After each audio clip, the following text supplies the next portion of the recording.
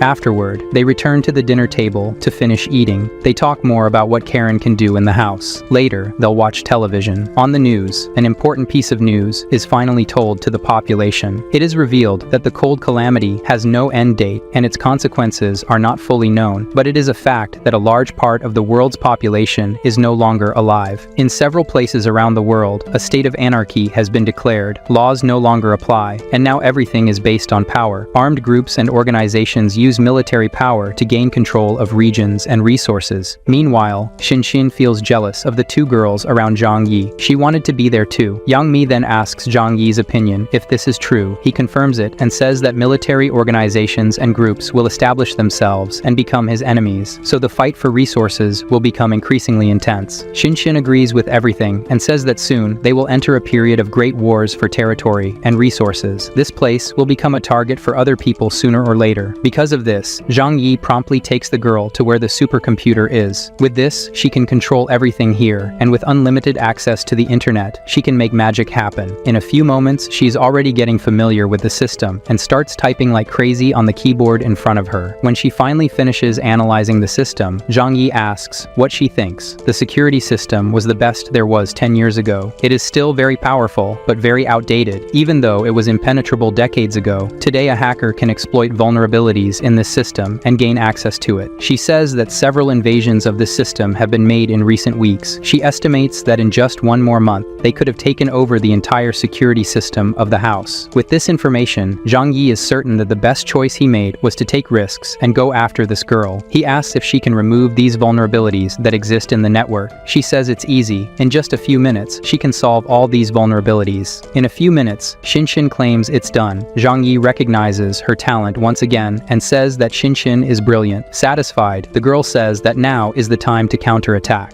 She herself will hack the network of those who tried to attack the internal network of this mansion. He questions if this isn't a risk. She can't leave traces behind. Xinxin replies that amateurs can be traced. She's not an amateur. Zhang Yi was increasingly pleased with the girl until Zhou Qir appears and says, they have a problem. A monster is at the doorstep. The giant monster is the giant cat. The protagonist, already knowing what it is, asks Xinxin what they should do. The cat must really like her and is here because it's concerned about Xinxin's safety. If that's the case, Zhang Yi says their goal now is to tame this creature. He takes Xinxin out of the security room. The protagonist calms the girls, and Xinxin goes to the window where the little kitty is. Sensing the cat is calm, the protagonist grabs Xinxin and says they're going out now to feed the cat personally. They approach, and the kitty remains calm. However, when Zhang Yi gets too close, it opens its eyes with a threatening tone. He tries to negotiate with the monstrous cat, using food from his dimensional warehouse. He tries to say that if she's a good kitty, she can have this. The kitty seems to ponder this and refuses to take the food. Xinxin reminds that the kitty is a street cat. Street cats are the most suspicious animals in the world. That's not how he's going to earn the kitty's trust. The protagonist then hands over the food and says that if the kitty promises not to attack the village on the other side, she can have the food. The smart kitty seems to understand. She agrees to eat the food and won't eat any humans from the village on the other side of the frozen lake.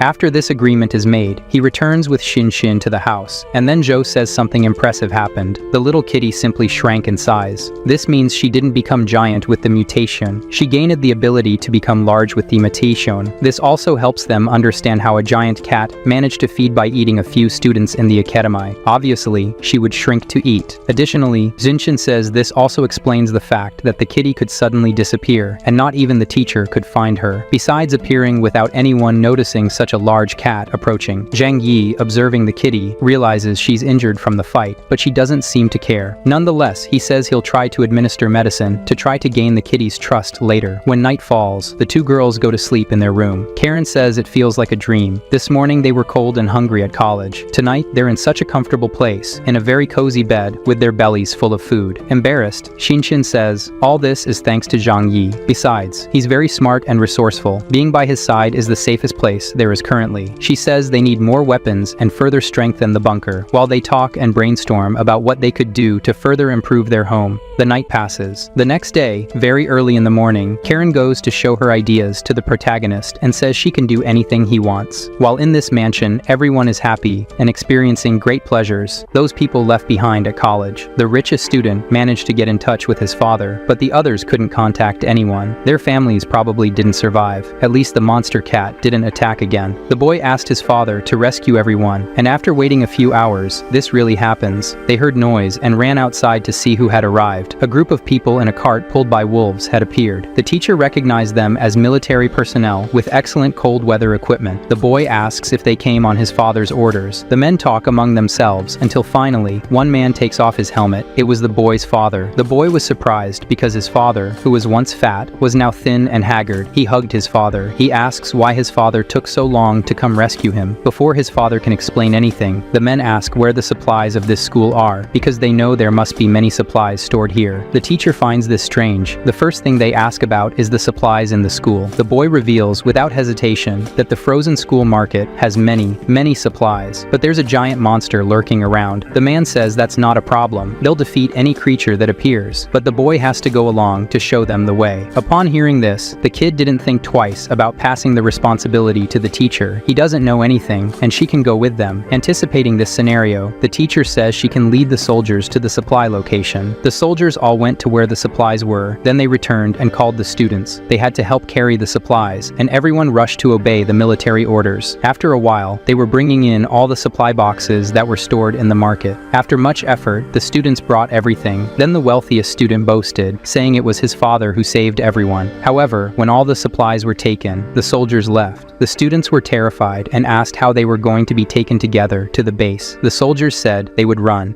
They complained about why there wasn't transportation for them as well. Another student said it's over 10 kilometers to the base. The soldier made it clear that whoever complains again will be treated as a deserter and will receive punishment. They must shut up and follow whoever they can. The teacher took out a bag of chocolate, gave one to each of the students who were already exhausted, and with that, they walked until nightfall and reached the base at the foot of the mountain. They were ordered to enter the base, descending the stairs. The place was very large and technological, and there was no one there. The teacher tried to keep everyone calm, and soon after, a group of soldiers in sealed suits arrived and applied gas to them. After that, a slightly greedy woman introduced herself and asked them to cooperate. This is just a disinfection to ensure that no disease will spread in the base. They lined up, and everyone went through disinfection, blood tests, and fecal tests. After all the tests were done and they waited, they were served a portion of a white yogurt. They said it was very tasty, and everyone ate it together. "Would you like to try this yogurt?" After a while, she quickly asked who his son was. The frightened father said this is his son. The woman ordered her team to take them to the appropriate place. However, she told the son that he must go somewhere else. Before leaving, the boy told the other students that he's not like them. He's important here because of his father. Before he left, the father warned the son to follow the rules. Don't break the rules. The woman led the boy to another place, and the other students whispered from afar that this isn't right. He's being privileged.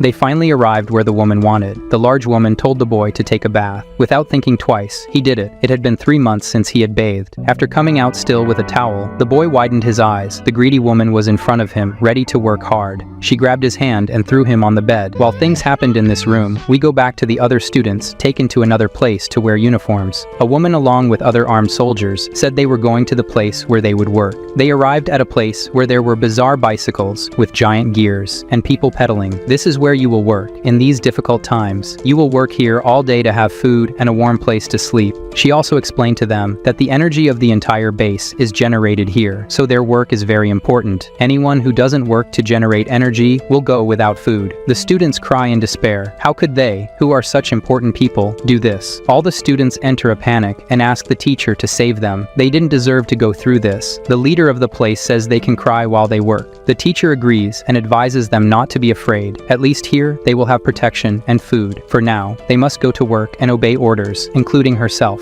In the privileged student's room, he is destroyed. After the service, the father was at the door, waiting for everything to finish. He asked if everything went well. The large woman replied, yes, the boy is really his son. He's exactly like him. Very hardworking. In other words, his father's job was just to satisfy the needs of this large woman. That's why he's so thin and worn out. It's very tiring. She leaves and says she hopes his son continues to work hard, because it's very important for the base's prosperity. The boy lay down without believing what had happened. The father asks if he's okay. okay, and if he didn't break anything in his body. Crying, he asks why his father didn't tell him before that this was how he had survived all this time. What happened to his job? The father replies that it's complicated. Things changed after the hard times came. He explains that after the beginning of the snowstorm, which they believed would last a short time, they discovered that mutant people with powers emerged, and over time, the hierarchy changed. People with powers became more relevant, and people who were only in lower political positions lost their space. For him to continue to stay safe here, it was necessary for him to work hard, very hard, with the lady who just left. And from now on, his son must take his place and work hard. Returning to the dormitory after an exhausting day of pedaling, everyone had sore glutes. They asked the teacher if they would have to work like this every day from now on. For the time being, yes, and they shouldn't complain about just having to work. That's how people live in the normal world too. However, they are not normal, they are the elite. Do important people have to work too? Why do they have to suffer? They want the teacher to come up with a solution so they don't have to work.